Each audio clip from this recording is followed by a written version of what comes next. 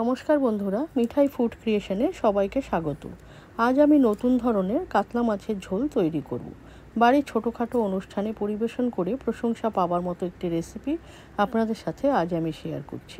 আশা করি আপনাদের ভালো লাগবে। তাহলে আসুন দেখে নেওয়া যাক রেসিপিটি আমি কেমন করে তৈরি করি। এখানে আমি প্রায় 6 পিস কাতলা মাছ নিয়ে নিয়েছি। মাছটির গাদার অংশটা এরকম বড় সাইজ করে কেটে নেওয়া হয়েছে। এবার এখানে দিয়ে দেওয়া হচ্ছে পরিমাণ মতন নুন, পরিমাণ মতন হলুদ গুঁড়ো, আর দিয়ে দেওয়া হচ্ছে কাশ্মীরি লঙ্কার গুঁড়ো আর সর্ষের তেল। অল্প পরিমাণে সর্ষের তেল দিয়ে এখানে সমস্ত মাছগুলোকে ভালো করে মাখিয়ে নেওয়া হচ্ছে।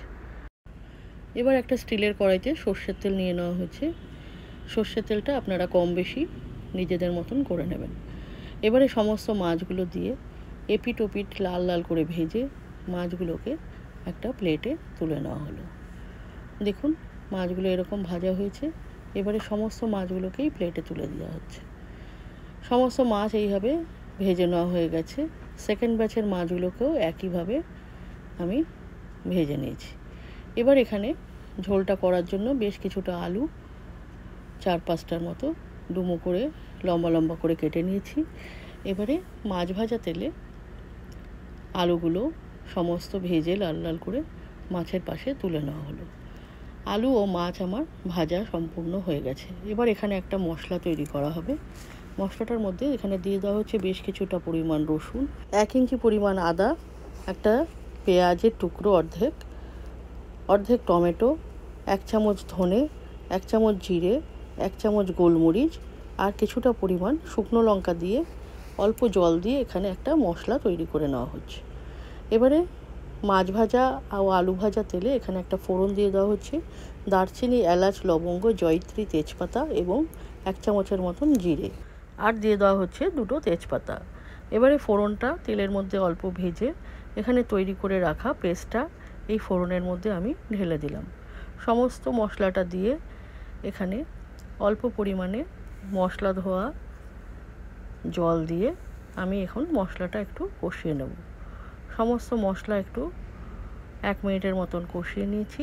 এবার এখানে দিয়ে দিচ্ছি পরিমাণ মতন নুন আর পরিমাণ মতন হলুদ গুঁড়ো ও এখানে 1 চামচের মতো কাশ্মীরি লঙ্কার গুঁড়ো দিয়ে দিলাম।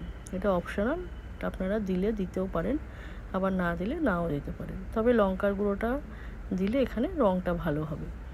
এবারে সমস্ত মশলাটা কষিয়ে আমি ভেজে রাখা আলুগুলো সমস্ত এই কষানো মশলার মধ্যে দিয়ে দিলাম।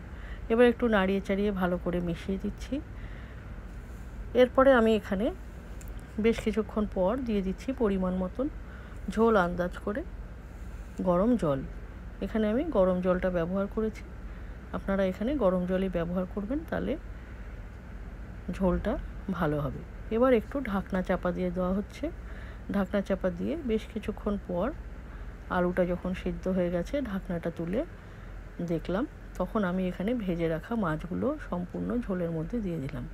দিয়ে আমি খুব ভালো করে নাড়িয়ে চাড়িয়ে আরও কিছুক্ষণ ঝোলটা আমি ফুটিয়েছি। বেশ কিছুক্ষণ পর ঝোলটা আমার তৈরি হয়ে গেছে। এবার আমি গ্যাসটাকে অফ করে দিয়েছি। স্ট্যান্ডিং টাইমে রেখে কিছুক্ষণ ঝোলটা আমি এখন আপনাদের পরিবেশন করে দেখাবো। এইভাবে একবার কাতলা মাছের ঝোল আপনারা তৈরি করে দেখুন, আশা করি আপনাদের খুব ভালো লাগবে। আর ভালো লাগলে বরাবরের মতো লাইক, শেয়ার এবং সাবস্ক্রাইব করার অনুরোধ রইল। আর নতুন বন্ধুরা পাশে থাকা বেল বাটনটা চেপে দেবেন, যাতে আমি নতুন ভিডিও আপলোড করলে সরাসরি আপনাদের কাছে পৌঁছে যায়। তাহলে আজ এই পর্যন্ত। আবার নতুন কোনো ভিডিও নিয়ে পরবর্তী এপিসোডে দেখা হবে। নমস্কার।